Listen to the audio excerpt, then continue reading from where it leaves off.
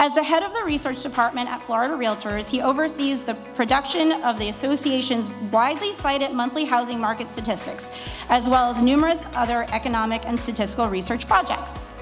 His commentary on Florida's real estate market regularly appears in major daily newspapers around the state and has been featured in many national publications, including Bloomberg Businessweek, the Wall Street Journal, and the Washington Post. Please help me welcome Brad.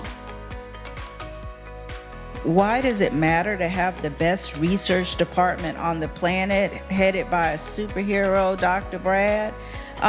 Yeah, Brad, I know you got that S on your chest under your shirt. So if you don't know, Joanna already talked way too much about me and my team and how great my team is and said too much about me. I don't have a Superman logo on my chest. What my team does, though, our main function is to collect MLS data from all over the state, and we produce these monthly housing market statistics. I talk to the media about the state at large, but we also provide all of your local associations, including this one, with local data. I want to focus in on 2024 and so far this year so we can get a good comparison of what's gone on from January through March.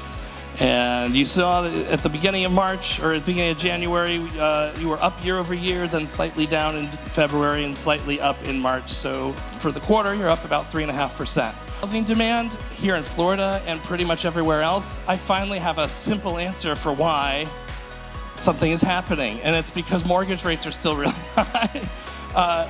This is really just there are other factors that I'll go over, but this is the big one, and it's still the big one. And yes, mortgage rates got up to 18% in the early 80s. I see some of you out there ready to tell me that. But at the same time, in the early 80s, our housing prices didn't go up by 50% in two or 3 years. So it's that combination of the elevated housing prices and the elevated mortgage rates really hurting affordability.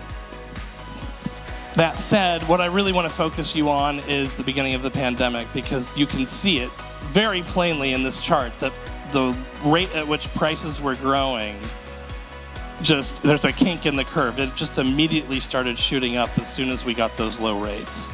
And the bidding wars commenced pretty much immediately.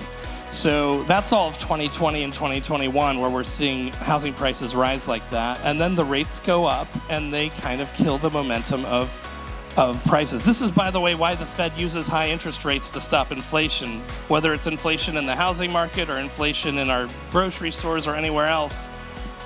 By making it, by raising the interest rates, it really slows down the economy. So the thing is, it really affects housing first because we are very much interest rate dependent. It's going to affect auto loans a little bit later, and it's going to affect credit card payments and things a little bit further down the line, but it can have an immediate impact on the housing market. Usually that means that we also are one of the first industries to recover, but in this case right now, that's not necessarily true because rates haven't come back down. Property insurance rates have stopped rising at the degree they were, at least.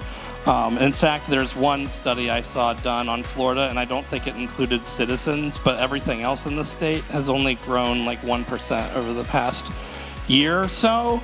And that made actually Florida the state with the slowest growing insurance rates as this study measured them.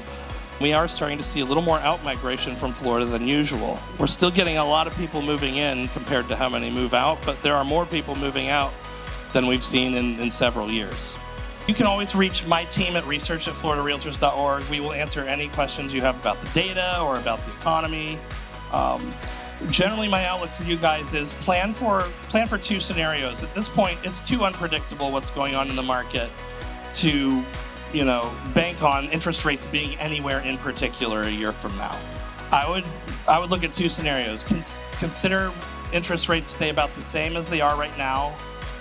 It's going to be volatile. They're going to bounce around a lot, but don't assume that we're going to get rates down over the next year. So don't assume they're going to go up a lot either, but they're going to possibly stay where they're at, or they could get down to around 6%. I just wouldn't only plan for them to get to 6%. Which would release a lot more buyer demand. So you just got to plan for both those things. Anyway, thank you for your time. I appreciate it.